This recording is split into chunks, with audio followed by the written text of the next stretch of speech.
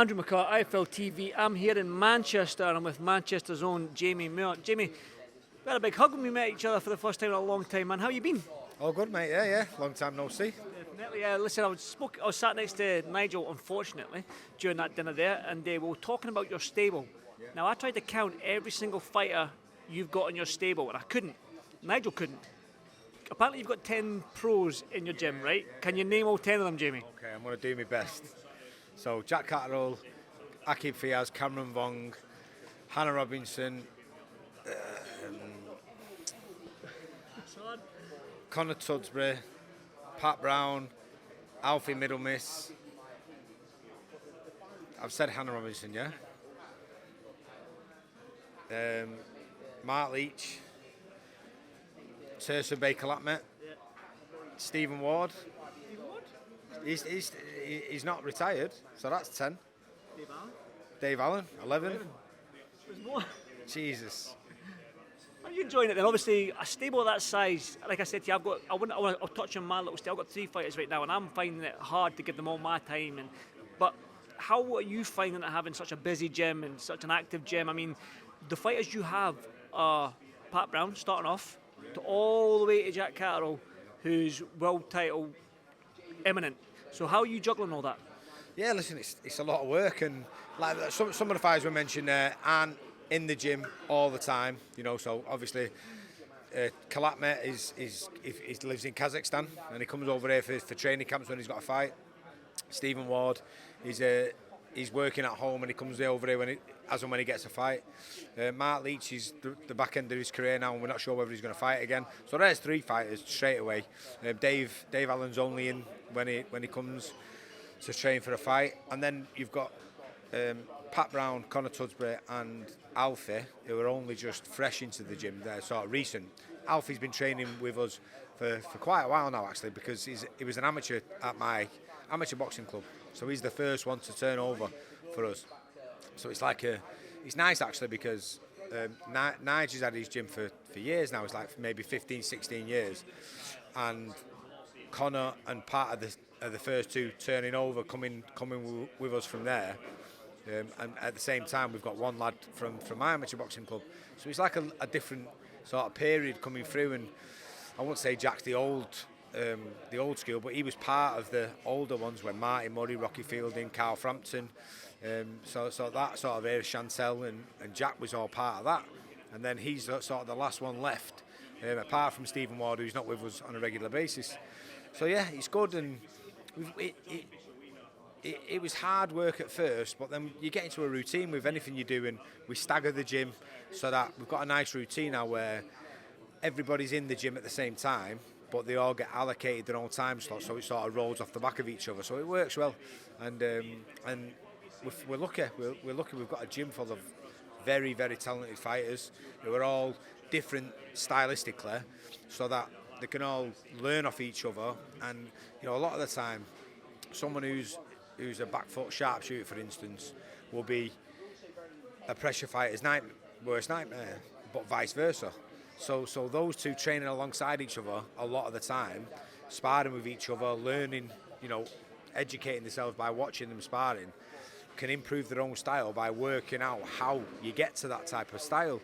So we're very, very fortunate, and the lads are very fortunate to be in a position where we've got a gym like we have, and luckily they're all nice people as well.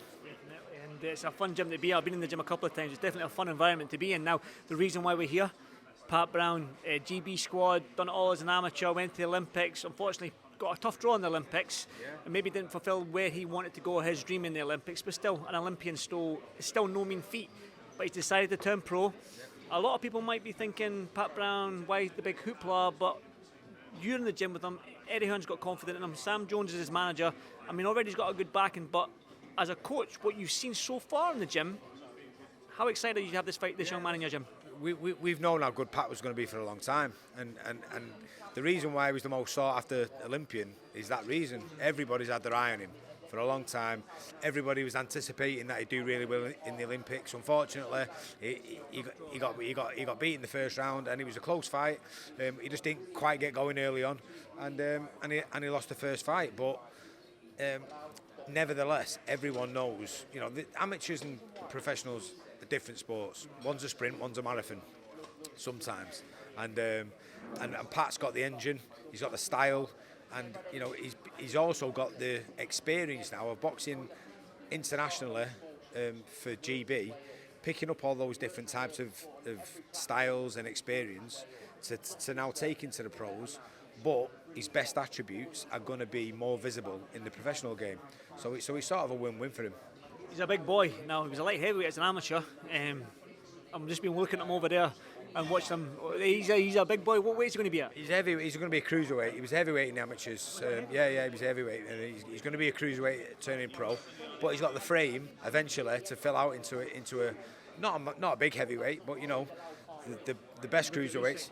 No, exactly. He's not a big heavyweight, and Pat, I would say, structurally, he's bigger than Usyk. So yeah, he's definitely a cruiserweight. I don't think it'd be, not in the far too distant future that he'll be fighting for world titles. I really believe that. I wouldn't say fast track as in, let's go for under 10 fights, but I wouldn't be surprised if by the time we get into around 15 fights, people are going, this guy's ready for a world title shot. Even at that, the cruiserweight division it's not an easy division. Maybe you could say 10, 15 years ago, you probably look at the cruiserweight division, you couldn't really name the 4 champions in that division. But now, we've just had Zurdo and CBS, Chris Smith, we've got IFLPod, I don't know if he's hanging about, maybe got a Bridgerweight, heavyweight, we don't know. We had all these guys, we've got Chev Clark. The cruiserweight division just in the UK alone is a dangerous division. You've got a lot of fighters, 20, 25 years ago would have been small heavyweights who are now performing at cruiserweight because of the nutrition side of it, and because the division's been around longer now, people are deciding, they're either a big light heavyweight and what's the point in killing yourself, let's box at cruiserweight, or they're a small heavyweight and they're coming down to cruiserweight. So the division's filled itself out now more with talent.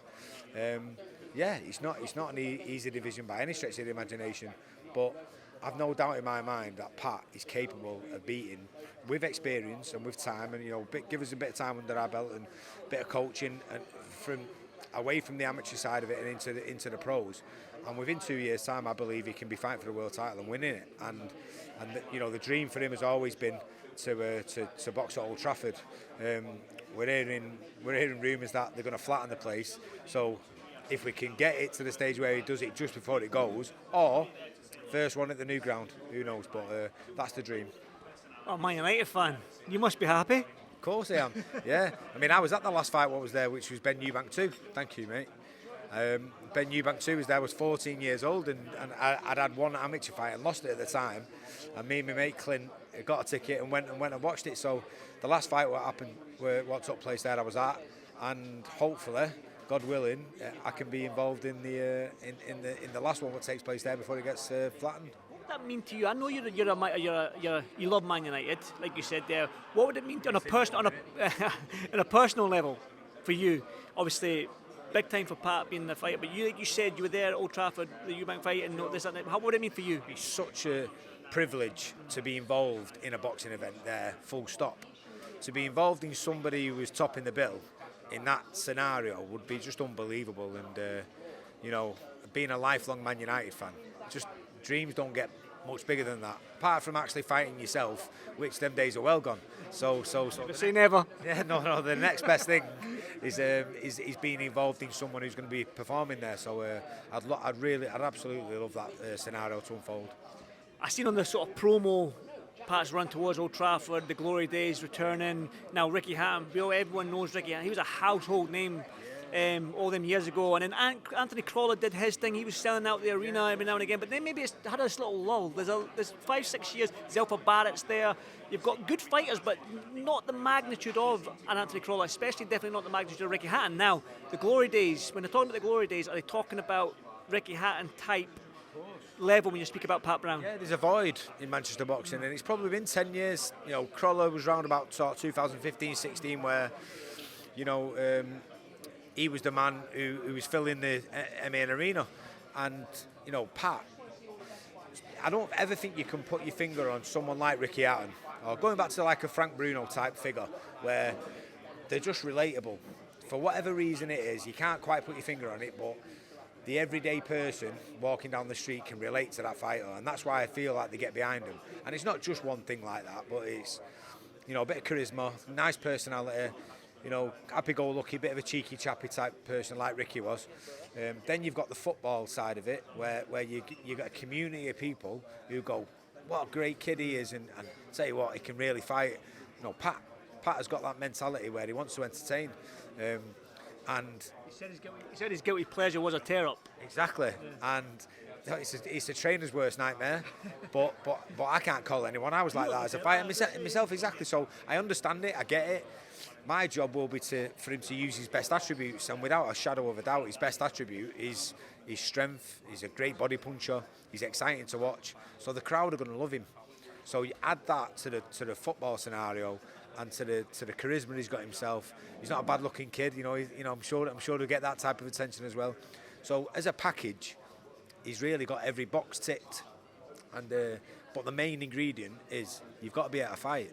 And not just fight, but if you can fight and entertain at the same time, put on a really good show, like Ricky Hatton did, like Anthony Crowther did, then you've got all the makings of a big star in the making who's going to be able to sell out arenas, and then hopefully the ultimate goal for him is to fill out Old Trafford.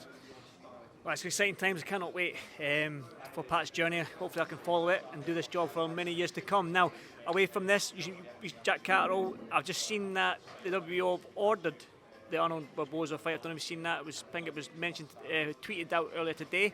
20 days for the parties to come to agreement. Jack Catterall probably deserves a world title shot. He probably deserves a world title in your eyes. Arnold Barboza, is that sort of maybe the next option? I know he's fought the Josh Taylor, the pro grade. He's been there. Now for the world title against Barboza. Are you happy with that?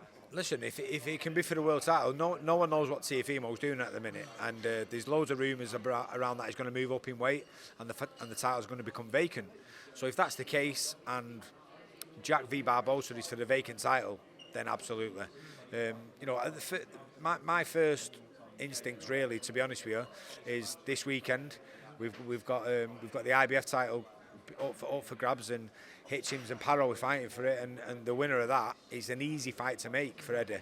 So it's less complicated, but you know, you've got the issue of, you know, for instance, if Parrow wins, he's had quite a few away days recently, so he's probably going to want to fight in Australia. Obviously, we'd want the fight to take place in Manchester. There'd be a lot of negotiations took place there. Hitchens with Jack, stylistically, I don't think it's a great fight to watch, but nevertheless, if that fight was there for us, then 100% we'd take it. But then put Teofimo into the equation. You know, he's got to fight somebody, and if he's going to sit around and wait to see who his mandatory is, if Jack beats Barboza, then he's had some really good wins. You know, three big wins on the bounce there, Jack. And for me, that's a viable fight for Teofimo, and it's certainly a fight I'd like for Jack. You know, I think he deserves that type of fight. I don't necessarily want him to fight for a vacant title, because he deserves to beat a reigning champion. You know, I feel like he did it once before and we never got it, and I'd want him to do it again against someone like Teofimo, because in beating Barboza, when those two are ranked 1 and 2 in the ratings, is valid if the title becomes vacant. But I would absolutely love for him to get the opportunity to fight and beat someone like Teofimo Lopez, because I know he's got it in him to do it. Another one, I want to give young Cameron Vaughn some credit. I mean, he's fighting Gavin Gwynn. We know what you get with Gavin Gwynn. It's going to be a tough fight. For taking this fight so early on in his career, it's testament to him and to you as a coaching team, because obviously you see something in Cameron that he's willing to take on a former British champion so early on in his career. Tough fight, but a good fight. Of course. Listen, if you look at Cameron's matchmaking since he turned over, he's only had a couple of what you'd call gimmies. You know, Jeff Afori, taking that fight on short notice, it was never going to be an easy fight. Jeff's record is much better than he actually is. And he gave Cam some tough rounds. 10-rounder in his fifth fight. It was his fifth fight, a 10-rounder against a tough opponent. And we knew those middle rounds were going to be tough, not just physically, but mentally, because those are the rounds you've got to come through to learn how to navigate a 10 or 12 round fight and become a championship type of fighter. He's now got those lessons under his belt, and I've no doubt Gavin Gwynn's going to give him a tough, hard fight. But in the long run, he'll stand him in so much better stead for when he ends up going in with the better type fighters. I've so much confidence in Cameron. I'm with him every day. I know how dedicated he is to this sport. I know how adaptive he is. I know how quickly he learns. And I've seen the improvement in him from that Jeff Fury camp to this one. And he's matured so much. And so I know that I've got a lot of respect for Gavin Gwynn. And I said this in another interview.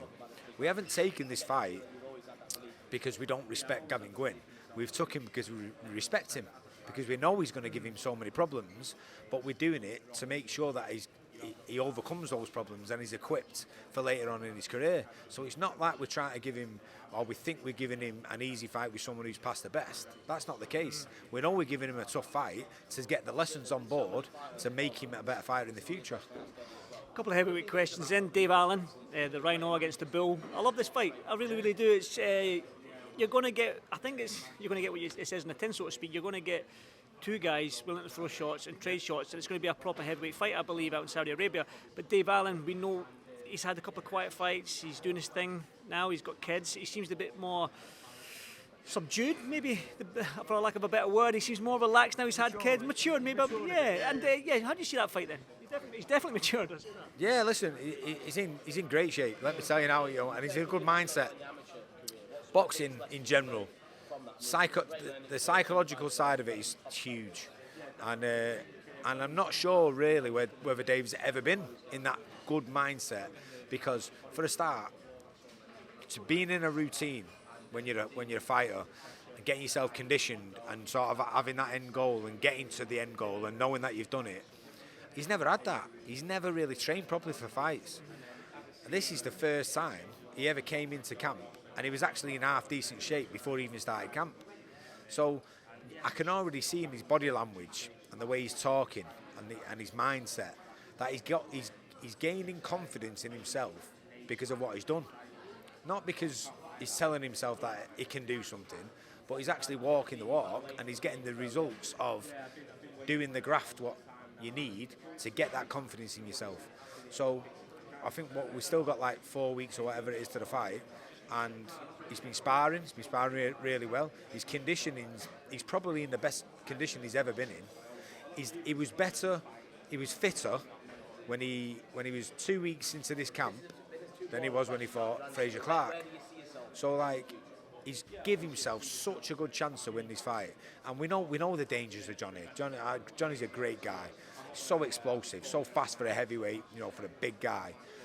But he's nowhere near as experienced as Dave, and we've got to try and bank on that experience. We can't get caught early, but I don't see the fight going past 3 or 4 rounds, because one of them is going to get to the other one. Dave's got to make sure he doesn't get caught early, weather that storm. We know how good Johnny is early on, fast, sharp, explosive, and the fans are in for a treat. They really are. Can't wait. Now on that bill, there's another small heavyweight fight on that bill, and Fury and Usyk. I've seen Fury say he's going to. Well, he's hinted at the fact that he's going to come in at 270 pounds, similar to the Wilder rematch, the second fight. He thinks that's probably where he needs to be. Maybe we can look into it and think he's going to become more. He's going to be more aggressive, be on the front foot. Is that how you think the rematch is won for Tyson Fury? Heavier, front foot. Before the first fight, that's what I was saying. I anticipated Tyson using his size, being more aggressive. Tyson's a really good body puncher, and we've seen. I wouldn't say Usyk's vulnerable, but he can be caught and hurt downstairs. And I always thought that someone who's so technically efficient as Usyk, why would you want to try and outbox him? And Tyson had real good success early on, but Usyk's always going to be one of those fighters. The longer the fight goes on, the more he'll work you out. His brain's like an advanced computer. So if I was in Tyson's corner, I would be saying to him, simplify it. Don't try and match his skill level. Drag him down into a more of a sort of raw, hard, rugged tear up. Make it more physical. Work him downstairs. Drag him into a dogfight. And I believe that's the way he fights one for Tyson. If he does do that, what's the outcome? Listen, he can win the fight. It's never going to be easy. You're not going to beat Oleksandr Usyk easily. It's always going to be a hard night's work, and he's going to have to come through some rough patches like he did in the first fight. But I believe those tactics will give him. So Usyk will always get better as the fight goes on. But no one's ever made it a physically tough fight for him. So nobody knows what Usyk's going to be like going into round 7, 8, 9 if he's been physically drained. But big 270-pound heavyweight, holding him, dragging him down, making it rough and sort of taking him out of his rhythm and his routine. When that muscular fatigue kicks in, how's he going to perform then? So that's the way I believe you get him not to be able to perform in the second half of the fight. Definitely. One final one for me. I'm now in the same position as you, Jamie. I'm my young coach. Well, an old man, but a young coach in terms of thing. How old are you, Andy? 42. 42. The old man, I'm 46. 46, 47 maybe now. Shit, I can't even remember what it was. I think I'm 47. I've just turned 46. I have, yeah, definitely. Right, okay, well, I'm 5 years younger than you, so I'm a young man, let's say. And I've got my three young fighters. They're all doing well. Turn pro, debuts and all that sort of stuff. Got my fighter fighting on Kevin Marie's show at the weekend as well. So I always ask the sort of for advice, because I've had the privilege to watch you in the gym. I've had the privilege to watch guys like Ben Davison, you, Dave Caldwell, even out in America with Derek James and Eddie Hearn. So I've had the privilege to witness all these different coaches in the gym, and I've took a little bit of everybody. Yeah. So for any advice you can give me as a young coach coming through, for me, I would happily take it, Jamie. Ah, mate. Do you know what I say, Andy? So don't ever dismiss anything what somebody else tells you. Always take it on board. No one's ever right. Your way of coaching, my way of coaching, any other coach's way. Everyone's got the reasons why they're coaching that way, because it's all born from experience. No one's ever right or wrong. It's just your way might work for one person and not the other. So you've got to be a bit versatile, a bit adaptive. So try not to teach your way of fighting or your ideological way of fighting. Try and take the fighter's best attributes and then add to him. I say to fighters all the time who come to me, I say, I'll never try and change your style. So Pat Brown, for instance, mad, aggressive, loves having a tear up. His best attribute. I won't ever change that style from him.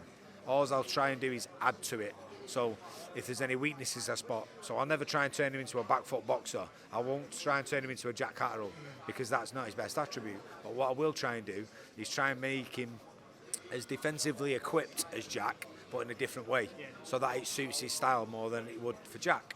I would never try and turn Jack into Pat Brown. So you've got to be adaptive and try and work with a fighter's best attributes and then protect the weaknesses, because everyone's got weaknesses. No one's not got weaknesses. They're just very good at protecting them. The better fighters are better at protecting them. Jamie, thank you so much, and I'll see you next week. Well, this week, I keep saying next week. This week in Birmingham, and as always, thank you so much for this interview. Thank you, brother. Thank you.